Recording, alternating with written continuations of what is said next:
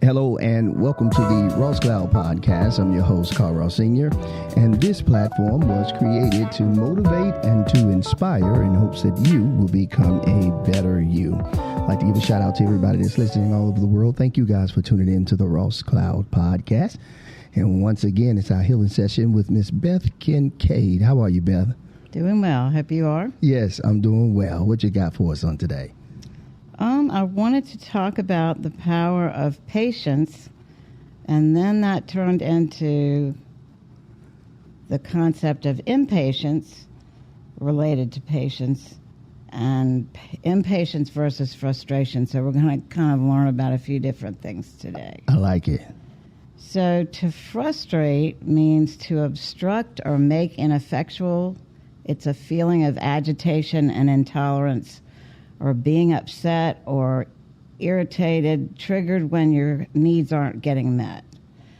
It's tied to an inability to delay gratification, the feeling that you're not being heard, the feeling that you're not understood, and it's tied to an inability to change kind of where you are. And so parents sometimes text message their kids because they're frustrated and tell them to come for dinner instead of yelling now. So what we've kind of found is the new world today is a lot more digital. It's a lot more instant gratification, and we feel like we don't need to have patience as much because there's so many things going on. We have a lot less tolerance for things that are delayed. So when you're feeling frustration, it means with patience, you're able to step back and, look at things from a distance and regroup instead of being aggressive or trying to hurry up and give somebody what they want. And you're trying to invest meaningful time in a relationship or a situation so you can make wise decisions. And it just gives you a lot of emotional freedom to be there and go with the flow. But when you're frustrated, that prevents your emotional freedom.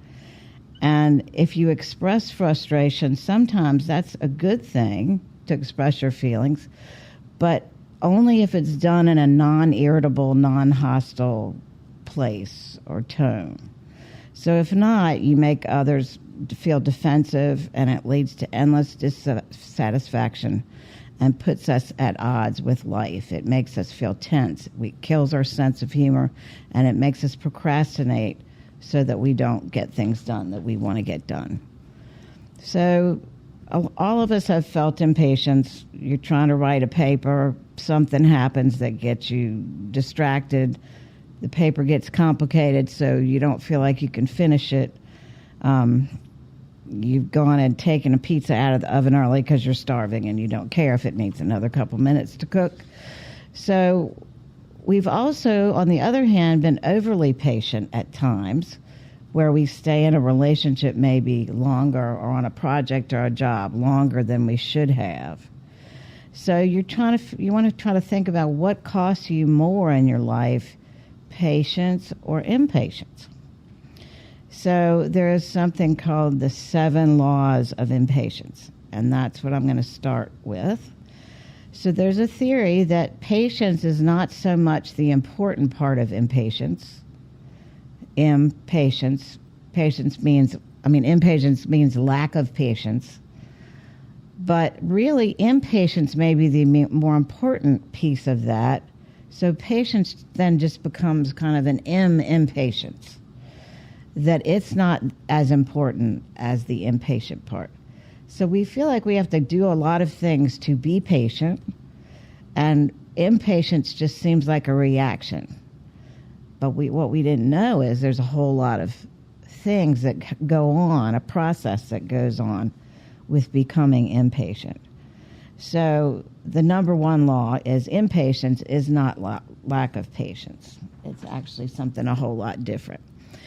Impatience is triggered when we have a goal and we realize that it's going to cost us more than we thought to reach it. So if you're sitting in your room with a blank mind, you're not going to be impatient because you're just there. But if you decide you want to get up and go do something, then you now have a goal that you're trying to reach. And you're not yet impatient because you haven't tried to do it yet. But when you start getting out there and going to do it, then obstacles kind of get thrown in your way, and it may take you longer to get there than you thought. And that's when you start experiencing impatience. So if a child's waiting for Christmas, they might not be impatient at first, but when they start to realize they can't stop thinking about it, they grow impatient. Waiting for Christmas costs them more than they thought it would in terms of their ability to pay attention to the other things while they're waiting. So if you're starting to write a book and you think it'll take 6 months and you're on schedule, but you get an idea for an even better book, then you realize that continuing with the first book is costing you the opportunity of working on the second book. And if you're driving home and you think it's going to take 20 minutes to get there, but then 2 cars ahead of you are going 10 miles an hour, a school bus gets in front of them, and then a tractor, and you can't get past anybody, and you realize that it's going to take more time than you thought to get home, you grow impatient. So impatience motivates us to reduce the cost of reaching our goal or to switch goals. So if you're stuck in traffic, you start to look for other lanes to go in or other routes to take. If you're writing the book and you're dreaming of writing the other one, you either speed up the first one or you just forget about the first one and move to the second one. The child waiting for Christmas might start bargaining with their parents and asking them to let her open just one present early. So law number 4, impatience and indignation are a potent combination. So this is the story that I'm going to base around what I'm getting ready to talk about further. Recently, this person was waiting in a register at a grocery store, but the line wasn't moving. But on the other hand, the other line right next to them was going just right along, speeding right along, and that person became impatient. And they weren't just impatient, they were also a little bit indignant, because the clerk in their line wasn't checking anything. They were talking to the manager, and they weren't communicating anything to the people standing in line. So instead of switching lines and waiting, the person made a minor show of leaving their unpurchased goods at the counter and huffing and hurrying off to another store so that they could show them in the end. But it took them longer to get their groceries than it would have in the first store, and they were late picking their daughter up from school. So really it didn't show them anything. So it makes us, when we're in that situation, in danger of making an irrational choice when we run into unexpected costs and we think extra costs are somebody else's fault. So we start to blame it on other people that we're in this situation to begin with. But if they had just switched lines or switched lanes, whatever, that would have taken care of it, and it wouldn't have made them feel bad. So we're more likely, this is number 5, to feel impatience when we have more options is the next law.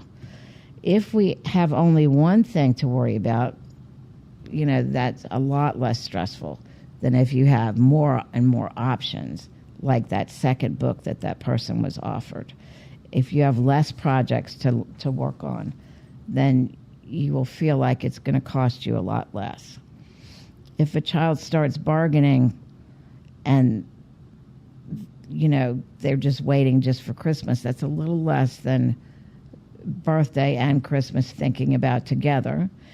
If you're an impatient highway lane change causes a deadly accident, that can cost you, right? Blurting out your feelings before you've thought things through can cause a premature end to a good relationship. So you need to pay attention to the cost, and we're going to talk about that a little bit further in a minute. It can also benefit us, though, on the other hand, because if we're impatient, back in the caveman days when they were hunters and gatherers, they only spent a small amount of time in an area trying to get food, because if they stayed there, they would starve to death. So their impatience helped them to survive. And sometimes, like if you're behind a slow car and you move into another lane, it actually helps you. So that knowledge kind of gives you power to help you navigate the world and those situations where you become impatient. Cortez, explorer, burned his ships when he arrived in the New World. He wanted to take the quote-unquote return to Europe option away so that his soldiers, when things got difficult, would not grow impatient, but would solve the problems instead and continue the mission and focus on what he wanted them to focus on. So he, even back then, knew how to limit options. Some people call it overchoice. Having too many options can make it difficult for you to choose in the first place because you get confused.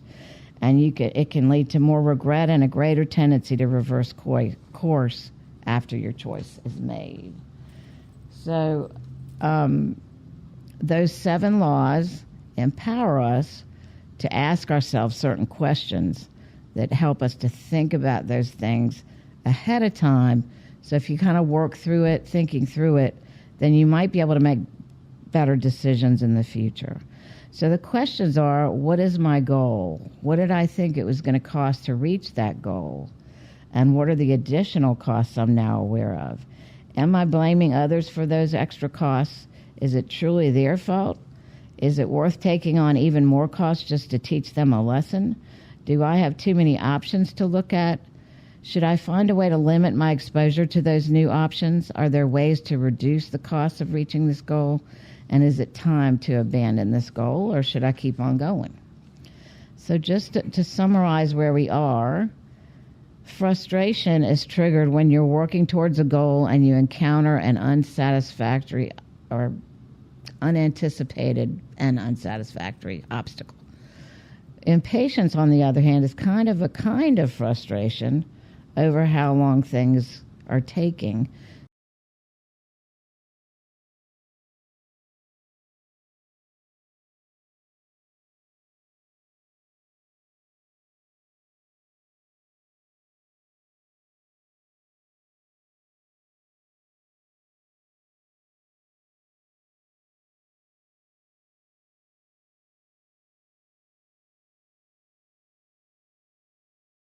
To either search for a way to overcome the obstacle or to abandon the goal, whereas impatience is motivating us to find a way to speed it up the process or find ways to abandon the goal. So one is trying to fix things and the other one is trying to speed things up so it takes less time. So looking at it further, if you try to look at that emotion of impatience as an adaptive syndrome, then what happens is you have a condition that arises, and in our story, the condition was you're at the grocery store and you want to get your lunch so you can eat it pretty quickly, and the lady at the cash register is not there, and so you're not getting what your need is at that point met. So the trigger would be that you realize the line's not moving and it's going to take longer.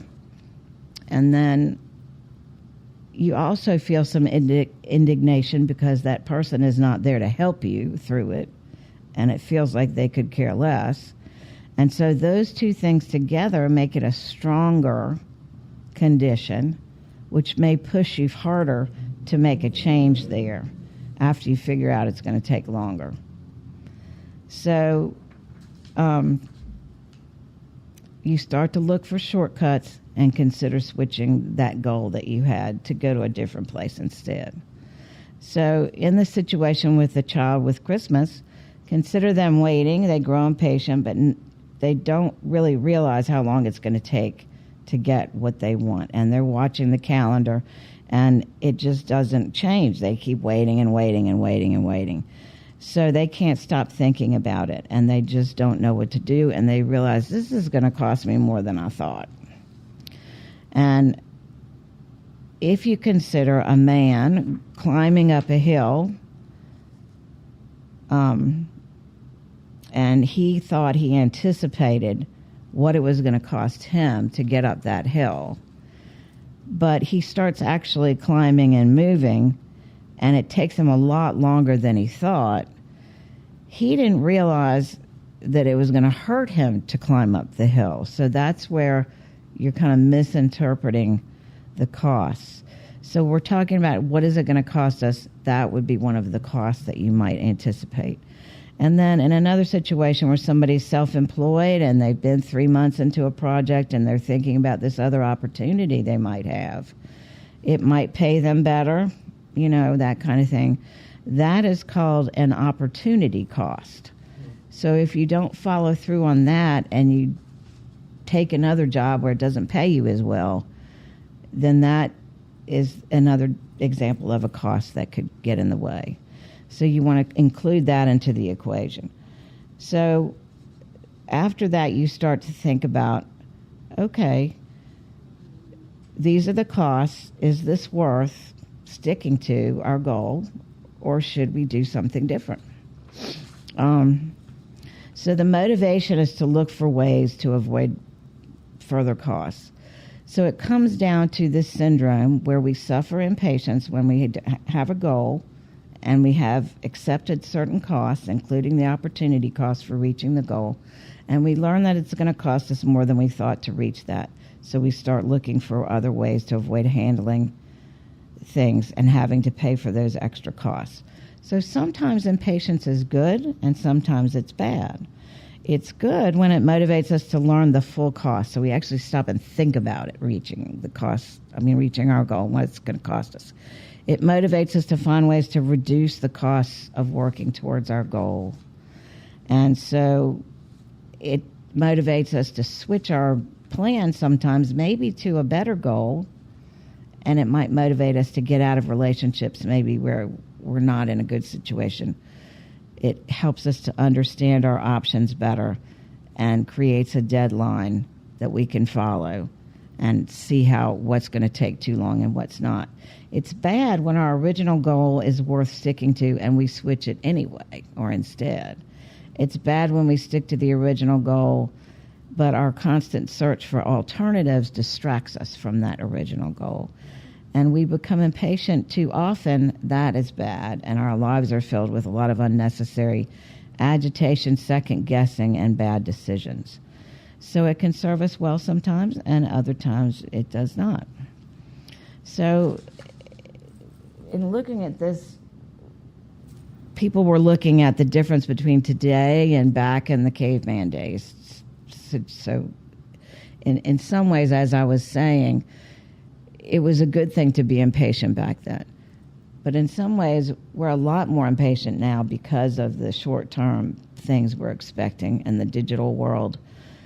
At the same time, it can be good and bad to have that impatience. The impatience kind of motivates you to do things quicker, and consider all of those options we have faster than maybe they could have done that back then. But the idea is that we really want to reduce our exposures to the triggers that we have. So say you have that book you're writing or that story that you're writing. You want to try to have a balance in that decision. So if you know you have this long-term thing you're trying to work on, you want to shut off your communication with other people while you're doing it so that nobody can offer you those other opportunities or distract you from what you're trying to focus on. So you can alternate between periods of really shutting yourself off and periods of being out there and listening. But say you had a really large-scale thing, sometimes it helps to break that into smaller pieces so you can focus on smaller chunks at a time, and that helps you to be a little less impatient with the long-term project. So you also want to work on reprogramming your response to being patient, that it's okay to practice being patient, and that when you're sitting in a long line, it might actually work well for you to practice accepting the fact that I'm stuck here, so I may as well make the best of it, and I might just think about my favorite song or think about relaxing my muscles and meditating and that kind of thing. So you sometimes can do that by taking a deep breath and then identifying what your goal is that you're working towards that's being frustrated. think about what the costs are of that and decide calmly and rationally whether you should try to find a shortcut or switch goals or settle in and just come to peace with the situation. If you've decided to settle in, then accept those costs and again find a way to just enjoy it. So that brings us to the concept of patience. So patience is a coping skill. I think it's funny because they talk about some people they're patient because they've never had to experience impatience, or they aren't pushed to some people have more limits that are better limits, more patient limits than other people. And they talk a little bit in this concept about if you're in a space where there's a lot of confusion and chaos, maybe in a big city, in the short term, it's better for you to have impatience because you have to be able to deal with all of that chaos over the long term. But if you're in a place where you're living where it's quiet and there's not so much of that, then patience is a little more important because it teaches you how to just wait and pass the time. So patience can be a form of compassion. It's a choice to hold tight with it while your intuition is saying, make your move. It means waiting your turn, knowing your turn will come, that once you've gone all out towards your goal, trust the flow, knowing when to let the soup boil, know when to hold them, know when to fold them, know when to walk away, know when to run, that kind of thing. So you're kind of using your intuition to intelligently inform or guide your patience and know when it's okay or it's worth waiting for. So some of it is about timing, right? So every world religion sees patience as a way to know God, while frustration, on the other hand, focuses on external things. Patience is drawing inward towards a greater wisdom rather than on the external piece. It doesn't make you a doormat or say that you're unable to set boundaries with people. It just lets your intuition get a larger, more loving view to decide what the right action is. Yeah. So patience is a gift when given or received. It moves within reach when you can read someone's deeper motives behind it. So you can turn the tables if somebody else is frustrated in the line and maybe help them to look at things a different way and try to empathize with why you're sitting there and feeling frustrated. So you want to notice the stress release you feel and how your body relaxes while you're in that line. And those are great in a line as a great way to test your ability to be patient. So the people that practice this would strongly recommend that you stand in as many lines as possible so you can practice that and try to stay calm and centered and not frustrated. So you have to slow down and find your own peace of mind, your own center, and understand that things do take time and that it's okay to have to wait, that you're going to get there eventually. Even if you're late for an appointment, you can get all mad and frustrated, or you can just sit there because it's not going to make you get there any faster to be mad and frustrated. So true. So working on self-control so that you know that you can actually have control of your body and of your mind, and know that a lack of patience can influence your decision-making capabilities, that practicing it can help you to make wiser decisions that are more well thought out. But not only that, patient people are also the best partners, because if your partner is patient and waits for you to work through whatever it is you're working through, then you will be more likely to do the same for them, for one thing. And they would never walk away from you. They would be waiting and working with you to get to where you both want to go. So everybody that runs a successful business will tell you that the importance of patience in life is extremely important, that it's important to find your own peace of mind in the present so that you can have realistic expectations of where you want your business to go, and that you want to focus on the good things we've talked about before and manifesting. It also leads to better health and better personal development. So when you get upset and you want something right away, you're not looking at it in a rational way. So the positive things about being patient are you will definitely have better mental health. If your face is red and you have steam coming out of your ears, that is not very attractive to other people, so they're really not going to want to be around you. That's true. But people that tend to be more patient, it is shown in studies, experience fewer negative emotions and less depression, which might be because they're better at coping with stress and that kind of thing. It also might be because they're more mindful, they're more in the moment and connected to the universe, and they feel more gratitude out there and appreciation. In another study, it said those who have interpersonal patience are more satisfied with life as well as more hopeful. So you might have more hope about the universe. Courageous patience, experienced by a person who keeps applying for jobs, for example, shows that people that have more hope and more patience when it comes to the daily hassles, like traffic jams and stuff, have better mental health. You will also become a better friend and neighbor. So the more you are empathetic, forgiving, cooperative, and unbiased to your neighbors, and you reach out and try to help them, then they will try to do the same for you. They'll trust you more, and they might be more agreeable if you're asking them for a favor. You're more likely to achieve your goals. So people that want to see results right away sometimes have a problem with achieving those, but the more patient that you are, the more effort you put into achieving those goals, and the more apt you are to achieve them. You'll enjoy better health in general, physical health. People that are less patient tend to have a lot of physical illnesses.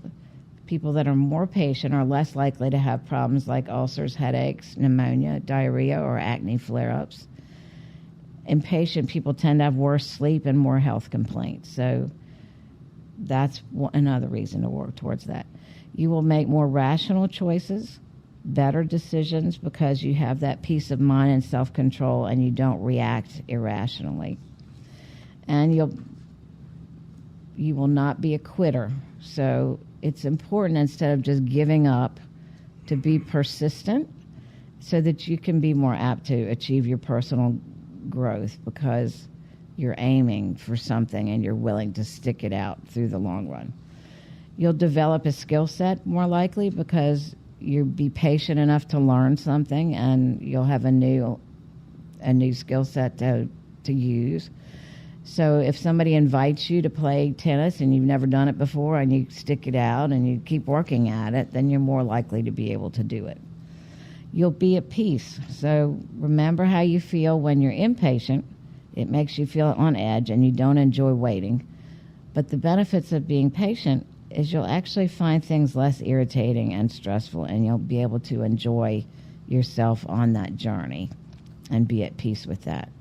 It also helps you to be more committed to success, because success means you need to be able to be willing to wait out the time it takes to get to where you're going. And you'll never ruin things for other people, because you're not the kid in the back seat saying, are we there yet? Are we there yet? Are we there yet? And looking at all the negative sides of everything. You'll be a lot happier. People like to be around happy people more than they do not happy people. You will not make people run on your schedule. That's another benefit of being patient. So that helps if you are willing to wait and be compassionate and understanding of other people, you're thinking about what their needs are as well as your own. And so that helps you to work together as a better team member. You will know that not everything is under your control, because it's not. And so what you learn is it's okay to not have full control over everything. As a matter of fact, it's a good thing. We don't want to have to control every single thing in our life. That's very exhausting. So you'll be able to wait for the right time and try to be more intuitive about what is the right time to make the right step. If you're patient enough to take time to think about it, So if you have your own apartment, it's a dump, the rent is high, the landlord's a jerk. Getting another apartment would be awesome, but if apartments aren't cheap, you don't want to jump from the frying pan out into the fire. It could be worse than what you're already in. So it's important, again, to take your time and make the right decisions. You'll also have more compassion. We just talked about that a little bit. So you'll be able to accept things that you can't change better instead of beating yourself up. And it will help you to understand that right now might not be the time to do things. You might not be able to, but that's okay. It will come when it's important, when it's okay. And you'll be able to see things a little more clearly and have a better understanding of how you can do things. So patience is really, in a nutshell, about understanding that things can't always happen the way you want them to.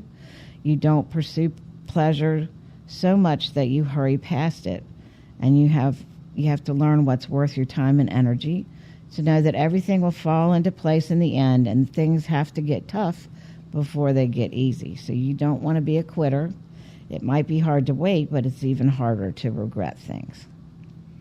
And that is the power of patience. I absolutely love it. Thank you so much, Beth, for your time as always. In closing, if you could say something to someone on today, you said a lot, but something personal to someone to help them overcome patience, what would you say? I think taking that deep breath when you start to feel that frustration is important, because just taking that deep breath gives you a minute to think about what's happening here. Is this a good idea for me to punch this person in the face? Oh. Probably not, right? Right. Should I yell at the police officer that has just stopped me because I was going 1 mile over the speed limit? Probably not. Right. But if you don't stop and think about it, then you're probably going to do something impatient and act out of spontaneity, which could get you in trouble. Yes. So that deep breath gives you a minute. And I would ask yourself, is this a good idea? You know, what are the consequences? Is this going to work for me or not? All right. And there you have it. Thank you so much for your closing thoughts. Listen, I hope you guys have heard something today that can help you become a better you. I'm Carl Rouse Sr. Make it a great day and keep being great. Peace.